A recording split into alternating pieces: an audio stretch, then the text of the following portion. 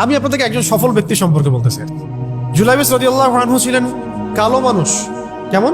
একটু কালো, যে খুব উচ্চ বংশের না, ঠিক আছে, খুব উচ্চ বংশের না, খুব সুদর্শন না, খুব লম্বা না, খাটো টাইপের মানুষ, একটু বেটে টাইপের মানুষ। টাকা পয়সা একদমই নাই, একদমই টাকা পয়সা নাই, বংশমর্যাদা এইসব দিক থেকে তাকে আন্ডার স্টিমেট করা হয় আর কি। এমনকি ফিজিক্যাল স্ট্রাকচারও তারা আমাদের অনেকের মধ্যে সুদর্শন। তার অবস্থা কেমন? নবী সাল্লাল্লাহু আলাইহি ওয়াসাল্লামের সাহাবীরা অন্য হাদিস থেকে বলেছেন যে নবী সাল্লাল্লাহু আলাইহি ওয়াসাল্লাম মসজিদে যেতেন, মদিনায় মসজিদ নববীতে যেতেন, রাস্তার পাশে তিনি পড়ে থাকতেন।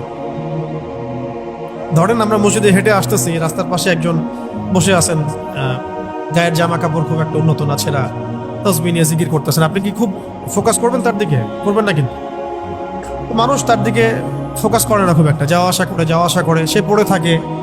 কেউ খাবার দিলে খায়, না দিলে খায় না। এইভাবেই তার দিন যাচ্ছে। কোথাকার ঘটনা এটা? মদিনায়, হিজরতের পরের ঘটনা। সাহাবীর নাম জুলাইবিস রাদিয়াল্লাহু আনহু।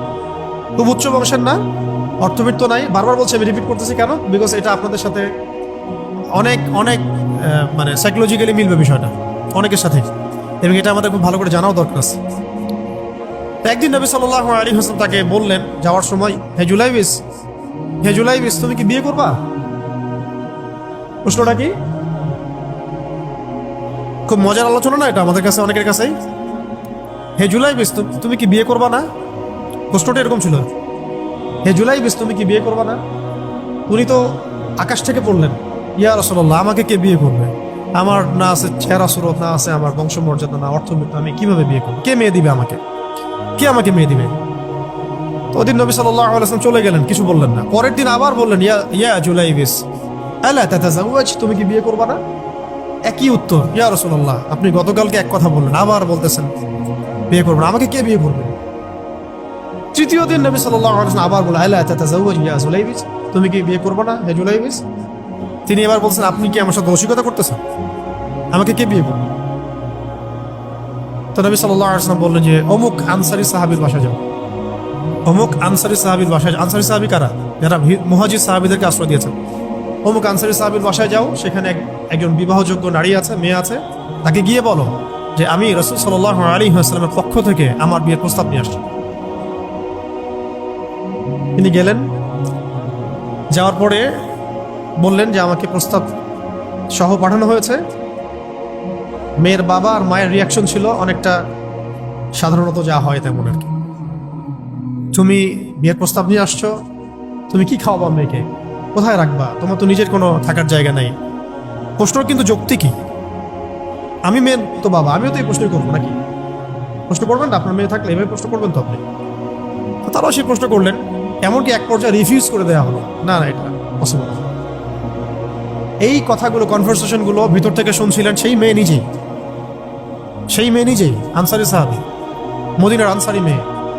মদিনার আনসারী মেয়েরা কিন্তু অনেক সুদর্শন তৎকালীন সময়কার, উচ্চ বংশের, সুদর্শন, খুবই ইলেমওয়ালা হতেন তারা, হিপস ক্ষমতা খুব থাকতো, খুবই জজবাওয়ালা, মানে জিহাদের মাঠে একদম যুদ্ধ করেছেন তারা, একদম নবী সাল্লাল্লাহু আলাইহি ওয়াসাল্লামের আশেপাশে ছিলেন। উহুদের সময় একজন আনসারী সাহাবী ছিলেন, মহিলা সাহাবী, উম্মে আমারা তীর ছুঁড়েছেন নবী সাল্লাল্লাহু আলাইহি ওয়াসাল্লামের পাশে। তো ওনারা কিন্তু খুবই গায়রতওয়ালা মানুষ। তিনি বলছেন, হে আমার বাবা মা, এই প্রস্তাব কে পাঠিয়েছে? নবী সাল্লাল্লাহু আলাইহি ওয়াসাল্লাম। যে প্রস্তাব রাসূল পাঠিয়েছেন সেটাকে কিভাবে তোমরা ডিনাই করো? আমি জুলাইবিসকে বিয়ে করবো। কে বলছেন এটা? আপনি পুরা সিস্টেম খুঁজে এরকম একটা আনসারী সাহাবীর মতো মেয়ে আমাকে দিতে পারবেন? ইল্লা মাশাআল্লাহ, হইতে পারে ইল্লা মাশাআল্লাহ। তো ওই মেয়ে নারী সাহাবী, তিনি রাজি হলেন। এবার শোনেন, এবার বিয়েও হলো, মাশাআল্লাহ, বাসর হলো, এবং সকালবেলা আওয়াজ হচ্ছে, মদিনার চারপাশে এলান হচ্ছে যে হে মুসলিমরা, সবাই বের হও, ইহুদিদের সাথে যুদ্ধে আমাদেরকে খায়বারে যেতে হবে। ইহুদিদের সাথে যুদ্ধে আমাদেরকে খায়বার আক্রমণ করতে হবে। নবী সাল্লাল্লাহু আলাইহি ওয়াসাল্লাম তোমাদেরকে আদেশ করেছেন। এটা কিন্তু হুদাইবিয়া সন্ধির পরের ঘটনা। আর ইহুদিদের সাথে আমাদের বেশ কয়েকটা যুদ্ধ হয়েছে, বনু কুরাইজার সাথে, বনু কাইনুকার সাথে, বনু নাজিরের সাথে, এবং ফাইনালি খাইবারে এদের সাথে। তো জুলাইবিস রাদিয়াল্লাহু আনহু বের হয়ে গেলেন যুদ্ধের জন্য। এবং খায়বারের যুদ্ধ হলো, খায়বার অবরোধ করা হলো এবং খায়বার যুদ্ধের বিশাল হিস্ট্রি আছে, আপনারা পড়ে নিয়েন, লম্বা কথা। এই খায়বার দুর্গ জয় হয় এবং এই দুর্গ পুরো জয় করতে, সবগুলো দুর্গ জয় করতে মোট 12 থেকে 16 জন মুসলিম সাহাবী শহীদ, 12 থেকে 16 জন বা 18 জনের মতো, এই ফিগার এইটুকুর মতো, 12 থেকে 16 বা 18, এতটুকু, এত কম সংখ্যক সাহাবী শহীদ হয়েছেন খায়বার যুদ্ধ জয়ে। আর ইহুদিদের তো বহু ইহুদি মারা গেছে। এবং খায়বার বিজয়ের পরে মুসলিমদের আর্থসামাজিক যে অবস্থা, মানে টাকা পয়সা, ল্যান্ড, গনিমতের মাল প্রচুর বেড়ে গেছে।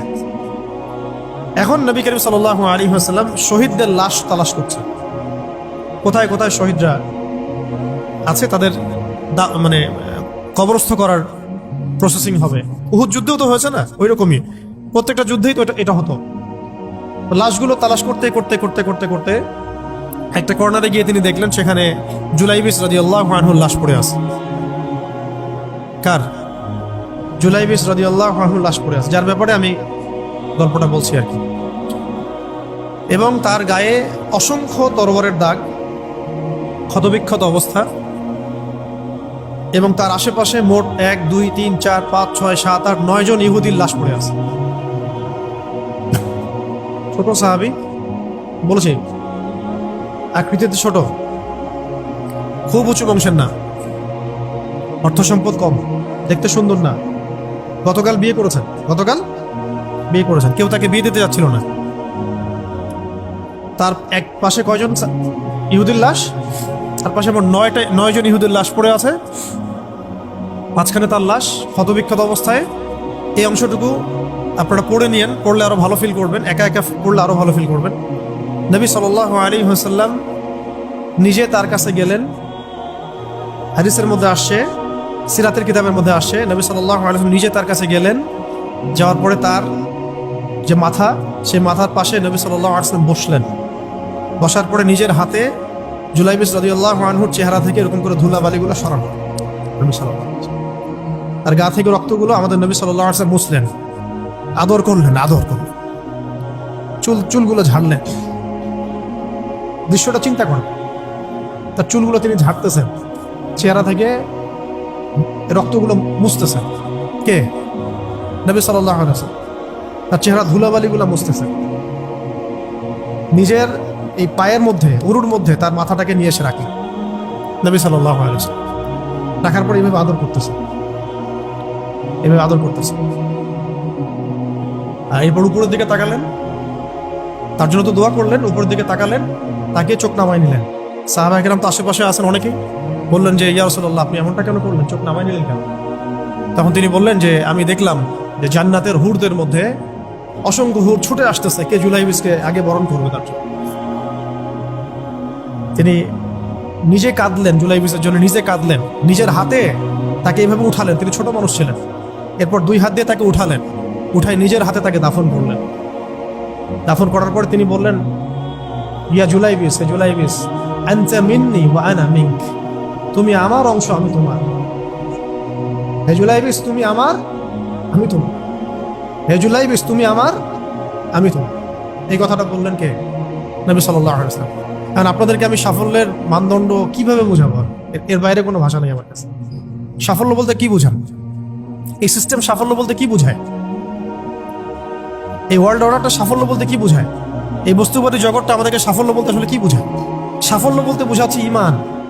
সাফল্য হলো ইমান, বিশুদ্ধ আকীদা, বিশুদ্ধ আমল, আল্লাহর আনুগত্য, রাসূলের আনুগত্য, দুনিয়ার জীবনে মুসাফিরের মতো থাকা, যতটুকু প্রয়োজন ততটুকু সন্তুষ্ট থাকা, একজন নেককার স্ত্রী, সুসন্তান সন্ততি, আদর্শ একটা পরিবার, হালাল একটা রিজিক, বাস।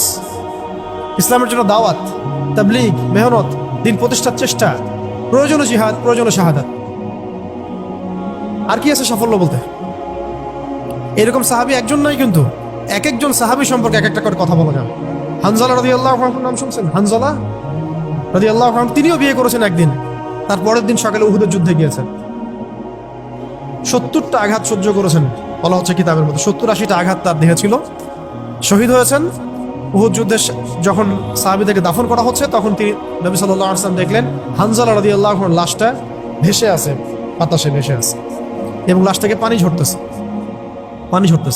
সাহাবীরা জিজ্ঞাসা করলেন, ইয়া রাসূলুল্লাহ, এটা কেমন, এটা কিভাবে হচ্ছে? তখন নবীজি বললেন যে হানজালা গত রাতে বিয়ে করেছে, গোসল করার সময় পায় নাই, সে সকালবেলা চলে আসে যুদ্ধের মাঠে, ফেরেশতারা তাকে গোসল দিচ্ছে, এটার পানি পড়ছে, আমরা দেখতে পাচ্ছি। সাফল্যের সংজ্ঞা আসলে কি? তো আল্লাহ পাক আমাদেরকে আসলে দুনিয়ার হাকিকত বোঝার তৌফিক দান।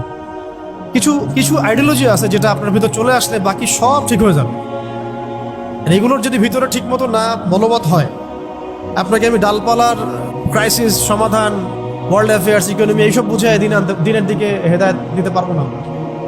কিছু বিষয় ভিতর থেকে আসতে হবে, যে আগে আপনাকে হাকিকত বুঝতে হবে, আসলেই দুনিয়া কি, আখেরাত কি, গন্তব্য কোথায়, কোত্থেকে আসছি, কোথায় যাব, কোত্থেকে আসছি, আমরা যাব কোথায়, কোত্থেকে আসছি, যাব কোথায়, মাঝখানের সময় আমার কাজ কি, কে আমার নবী, কি আমার দিন, আমার দিনের মৌলিক বিষয়গুলো কি, দিনের ইলম কি, আমল সালেহ কি, দিন প্রতিষ্ঠার মেহনত কাকে বলে, কি করলে আল্লাহ পাক আমাকে কালকে আমাদের মাঠে নবীদের, শহীদদের, সিদ্দিকদের সাথে হাসর করাবেন। এটা হলো সাফল্যের মূল কথা। এর মানে এই না যে দুনিয়াতে আমরা কিছুই করব না, ব্যবসা করব না, আমরা চাকরি বাকরি করব না, আমরা মানে মুআমালাত মুআশারাত করব না, বিষয়টা তো এমন নয়। কিন্তু কথা হচ্ছে আমাদের মূল উদ্দেশ্যটা কি হবে। স্ত্রী সন্তান তো আমাদেরও আছে, কেন আপনি তাদের ভরণ পোষণ দিবেন, কেন তাদেরকে আপনি বড় করবেন সুন্দর করে? বিকজ তারা আপনার জন্য রিজিকের অংশ, তারা আপনার তাজারিয়া, তাদের উপর আপনার হক আছে, আমার উপর তাদের হক আছে। যার যার হক আমি কেন আদায় করবো? আল্লাহর সন্তুষ্টির জন্য, আল্লাহর সন্তুষ্টি অর্জনের জন্য সব কাজ করা, রাসূলের তরিকায় সব কাজ করা এবং হালাল খেয়ে কাজ করা। এগুলো আমাদের সবাইকে যত দ্রুত সম্ভব এগুলো ঠিক করে ফেলতে হবে।